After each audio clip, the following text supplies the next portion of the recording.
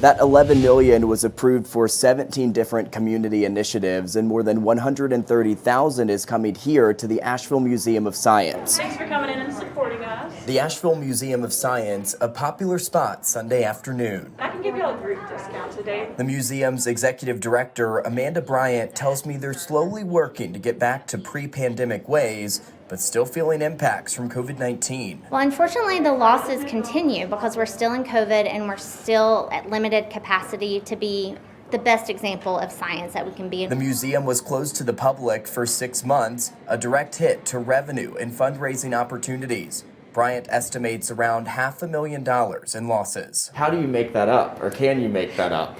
Well, being a nonprofit, it's extremely difficult. You know, we rely on admissions and donations and grants. She says the $130,000 awarded by Buncombe County Commissioners earlier this month will go a long way. You know, we did have to make operational sacrifices, and we're really excited to be able to continue to grow and build our team back up, our staff back up to serve the critical work that we do here in the community. Because of the financial impact from COVID-19, the museum was forced to make cuts to staffing and programming.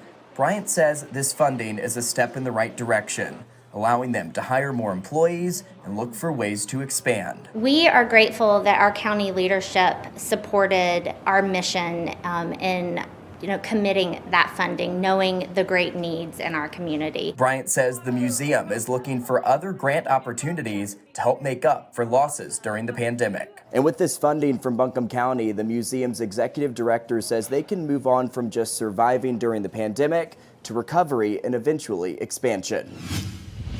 Working Wheels transforms donated vehicles like these into reliable transportation for working individuals. But the struggle to buy new cars is taking a toll on this used car business.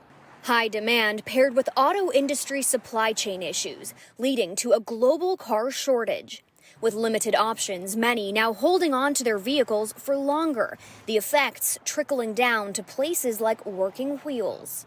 We were hoping for 250 cars this year, which is a big number, and we were on track in previous years to hit that number, but this year we'll be about 15% short.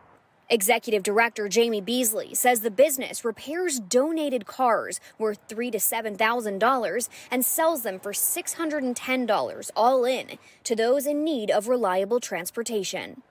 It's not the prettiest thing, but it gets me from point A to point B. And I'm just super excited to have it. Dougie DeRosia bought his car 6 weeks ago. Working Wheels handled all the paperwork for me, getting the tag and the title and everything. It was a very seamless process. DeRosia previously commuting 3 hours a day on the bus to and from work. It's not just a car, it's independence and freedom for you. Absolutely, 100%. But the new dip in donations means less vehicles to go around. Our waiting list is longer than it's ever been. Altering their business model, Beasley says they now also repair people's own vehicles, getting them back on the road that way. We've been able to help 50 families in the last 10, 12 months through that program.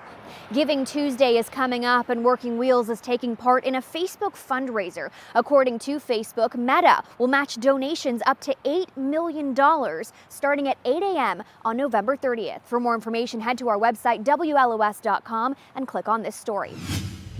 Here at Meadowbrook Elementary, we caught up with longtime third grade teacher Kristen Stiles, giving our students a lesson on Thanksgiving and always emphasizing kindness in the classroom. I can describe relationships between ideas. Time to compare and contrast the first harvest feast and today's Thanksgiving celebrations. It's a lesson that gets Stiles students reading, discussing, and working together in an atmosphere where kindness is a top priority. I think when you set those things up in a classroom, it makes the world of difference throughout the school year.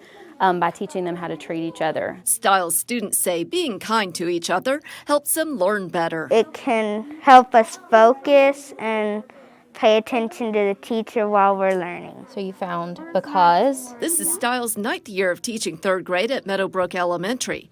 It's a career she's always wanted in the place she grew up. They are still young and sweet and have such a good heart. but they're starting to become a little bit more independent, so it's a really good age. Katie Sanders, a senior at Western Carolina, is Stiles' intern.